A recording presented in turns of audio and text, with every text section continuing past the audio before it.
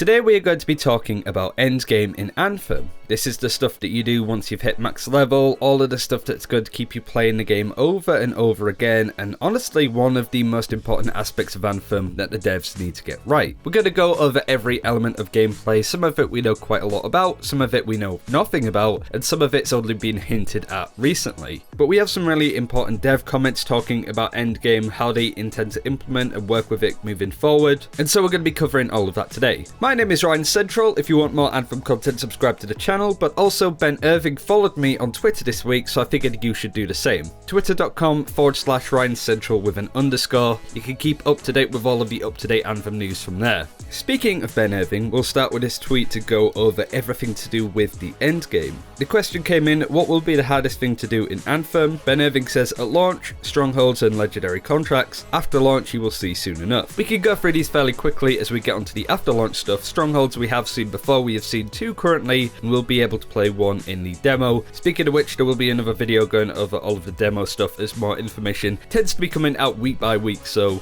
gonna leave it a little bit before we get everything in that video. We saw the one from the Colossus gameplay from E3 and also the Scar one recently from the live stream on the 20th. These are 4-person dungeon runs, like instances in World of Warcraft, where you and a group of people work through them for loot, killing a boss at the end, yada yada. The main thing to note about Strongholds is you will be replaying them quite a few times, I'd imagine, but you do have difficulty settings within Anthem. Think of it like World of Warcraft, you do have the instances in those, but you also have the mythic difficulties that you can increase time and time again in order to make it more challenging, but also to get better loot from them. So whilst Anthem has easy, normal, hard as difficulties, it also has Grandmaster 1, 2 and 3, much like Mythic plus 1, 2, 3, 4, 5 all the way up to 15. No doubt I would assume that they will add harder difficulties as we go on, so Grandmaster 4, 5 and 6 potentially after launch. So that's Strongholds. What about legendary contracts? We don't know an awful lot about these, but we can make some pretty good assumptions. I tried asking Ben to give it an example of this. It might be doing a certain stronghold on a certain difficulty, for example. It might be killing a rare mob out in the world. It might be kind of like those bounty missions in Destiny, for example. We're not quite sure, but the idea is that it is generally a thing that you do maybe once a week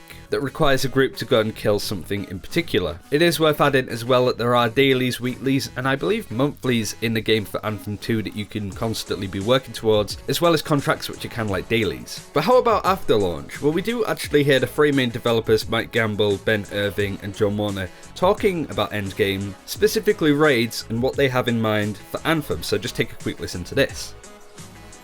Will there be raids? Yeah, so we can answer this question kind of. So I think we believe that every game needs aspirational content. Yep. So the idea that there's a lot of activities that you do in the game, and it feels meaningful to have this long tail chase towards something. Either something that is challenging, or something that is rewarding, or that gives you better stuff.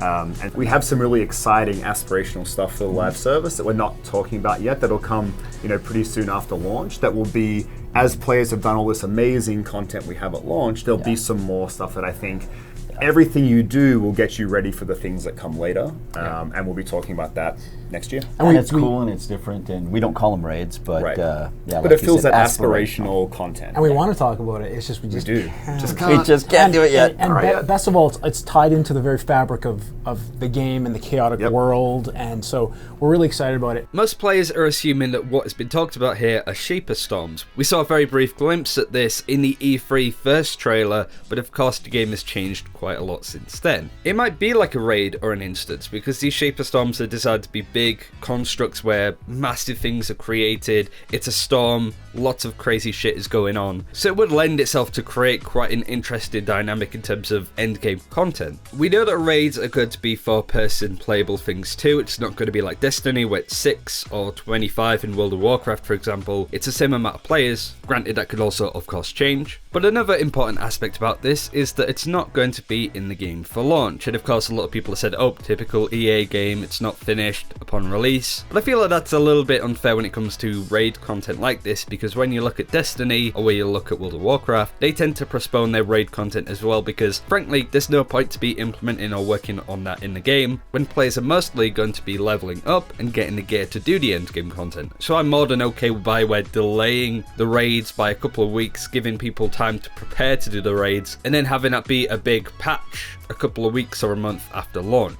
Could be longer, it doesn't really matter, but the point that I'm trying to make is it's not really a problem at all that raids or these Shaper Storms are not going to be in the game on launch day 1, when 99% of people, because there's always one, right? 99% of people won't be able to play that content for a good 80 plus hours in the game. Something like that, you know? So that is Strongholds, that we know quite a lot about. Legendary contracts, which we know absolutely nothing about, but we can assume what it would be like. And then also we have the Shaper Storms, the raid content that won't be in for launch, as the dev said, but will arrive shortly after. Kind of excited what they're going to do with that though. Next up, I want to talk about what the developers have said about in-game content and how they propose to go about it, I suppose. We already heard what the 3 main devs said about what raids are in particular as being aspirational content, but John Warner was recently on another podcast, the Freelancer Codex, to talk about that in-game content and that replayability. You can watch the full podcast in the description below if you want to, but I'm just going to take a quick quote from that. We knew we wanted to create an experience that you could come back to over and over again, that you could engage with in a much longer way than a traditional game like Mass Effect or Dragon Age. We're going to get into a bunch of details into how exactly we're going to support our live service, and I think it's exciting and different than a lot of things you have seen with other games. What you saw in the live stream was a really tantalizing look at those masterwork and legendary items, and chasing those is half the fun. You have the Strongholds, which are super challenging content. It takes a well coordinated squad to play at the highest difficulty settings. And attacking these strongholds at Grandmaster will start dropping these amazing legendary weapons. We've created a place to chase these with strongholds. We also have repeatable legendary contracts from agents that will also be a great source of ultra rare legendary loot. And that's going to be just a piece of the fun of the Elder game. So we get a little bit more information on legendary contracts. They just probably tend to be certain missions that the Sentinels drop, specific reputations, and they also might garner reputation loot, which will enable certain blueprints that you can craft, yada yada. That's just me speculating at that point. But I also want to go over something that Ben Irving said in a reply to a thread talking about endgame loot. The title pretty much explains the thread. All of the endgame is about grind for loot comments I've seen is starting to make me think that we've reduced what a quality loot a game is supposed to be. Basically saying that people want to play the same stuff over and over again. And just to take another quote, there's a reason why the majority of gamers who wouldn't be considered casuals left games like Destiny and The Division, because the idea of running the same activities over and over again was just mundane and too repetitive. If you had to get the gear you've been missing, then you push through it, but for everybody else who doesn't need to have everything,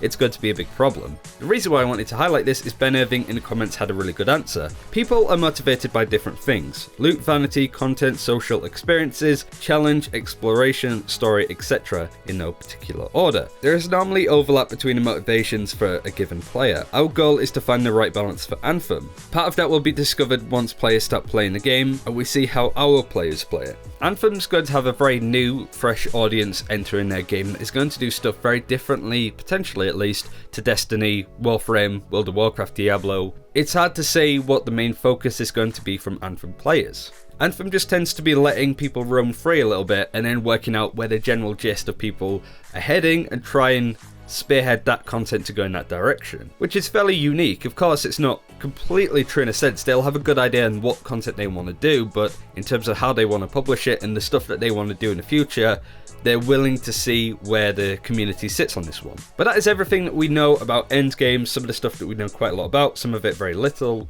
but the developer comments really do give me a sense of satisfaction that this game is going to go in the right direction. I'm very excited to get into some strongholds myself, and the Shaper Storms could shape up to be pretty amazing. Thanks for watching, I'll see you soon, take care.